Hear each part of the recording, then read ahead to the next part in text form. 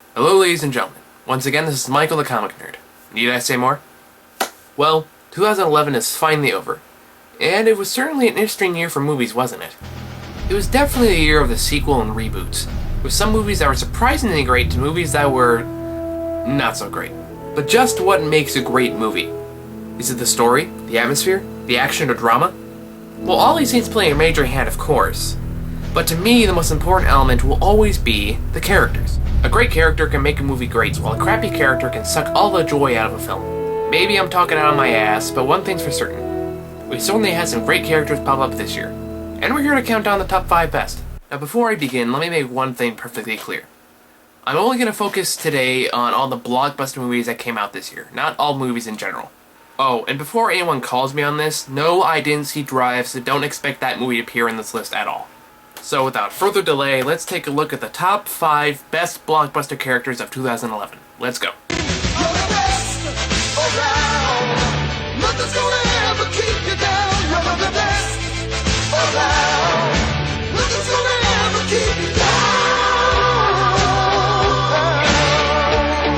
Number 5. Chris Evans as Captain America. Now, I, like everyone else, was highly skeptical when I heard that Steve Rogers is going to be played by Chris Evans. That guy from Fantastic Four? Really? How's this gonna work? Luckily, not only was he up for the challenge, but he blew away all my expectations by being one of the most likable and easily rootable characters of 2011. Finally got everything I wanted. Yep, it's true. Everyone loves the underdog. Watching Rogers go from the wimp from Brooklyn to the greatest American hero is a fun and exciting adventure to behold. So what is it that makes his character so likable? I think that in many ways, it's because he perfectly captured everything that was Captain America. Even before he beefed up, he never backed down from a fight, even when he had no chance of winning. You just don't know when to give up, do you? I can do this all day. I think this is a quality we all admire and wish we had the will to do the same. But there is also a very human way that Evans portrayed the good captain.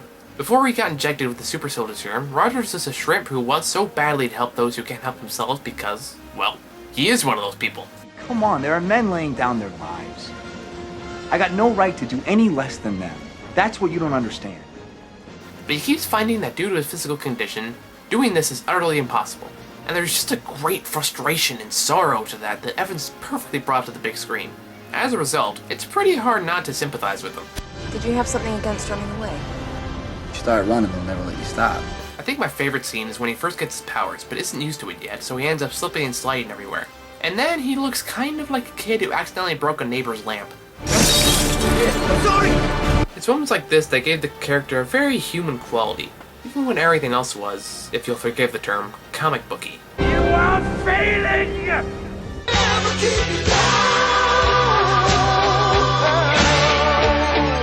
Number 4. Loki, played by Tom Hiddleston. Thor was the first real summer blockbuster to come out this year, and it was a gamble to be sure. Out of all Marvel characters to be adapted, this is one of the hardest ones to pull off. So I think I can say we were all surprised when it turned out as good as it was. And no small credit for its success goes to its awesome villain, Loki, brought to life by Tom Hiddleston.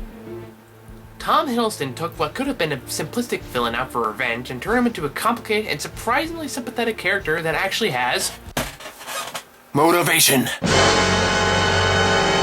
Okay, well let me rephrase that. He's a character that actually has real motivation because, let's be honest, the motivations for a lot of Marvel villains are shallow at the best of times. I mean, let's just look at some of the other Marvel villains and see what their motivations were. Ironmonger, because he's evil. Whiplash, because he's evil. Green Goblin, just cuz. Red Skull, because he's a Nazi. Not exactly all that complex. But what does Loki want? Just acceptance from his father, driven by a feeling of inadequacy brought on by his always favored brother. I could have done it! For you! For all of us! I mean, he says so himself that he's not looking for power. He just wants to prove that he's of significant value. Now that's much more interesting. I never wanted the throne! I only ever wanted to be your equal. Not to mention, Hiddleston brings a lot of subtlety to his performance too. Being the god of mischief, you can tell he's always planning something, like he's thinking of at least 3 different ways to manipulate you. But he also places himself in a small enough position that you can see why no one would suspect him of anything. The best scene in the whole movie is when he confronts his father Odin, played by the great Anthony Hopkins, but the fact that he's really the son of the famed enemy, the Frost Giants.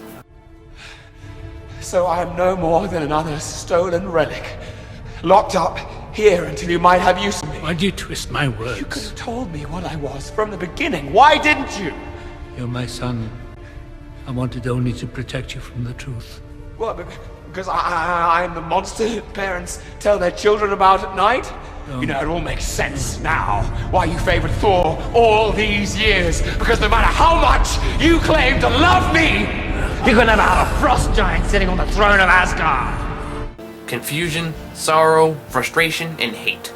That's a lot of emotion to convey in a short scene, but damn it does he do it so well. It's for these reasons that I'm really glad that they include him in the Avengers. I can only hope that he's as good in that as he is in this.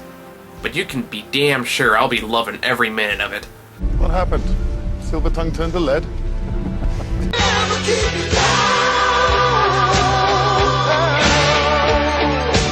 Number 3. Magneto, played by Michael Fassbender. It's certainly been a good year for Marvel, hasn't it? Doesn't really help that their only real competition this year was Green Lantern. Oh, and trust me, we'll get to that one later. But I digress. More so than Thor, X-Men First Class was that one wild card that I don't think many people thought was actually going to be good. So imagine everyone's surprise, including my own, when this movie was not only good, but great. This was in no small part due to the two main leads, James McAvoy as Xavier, and the topic for the next 5 minutes, Michael Fassbender as Magneto. Wow, has Fassbender really proven himself this year? This is the guy who turned Magneto from the old philosophical villain to fucking James Bond! Just pointing out something that could save your life. This is a guy with a very powerful presence. Whenever he walks into a room, almost all eyes immediately turn towards him. So intense and endlessly intimidating. He makes a pretty good case as a guy who's not to be fucked with. We have it in us to be the better man. We already are. When he's on the hunt, you best get the hell out of the way. Just watch this scene to know what I'm talking about. Blut und Ehre. Ja, was würden Sie gerne zuerst verlieren? Wir hatten unsere Befehle. Also Blut.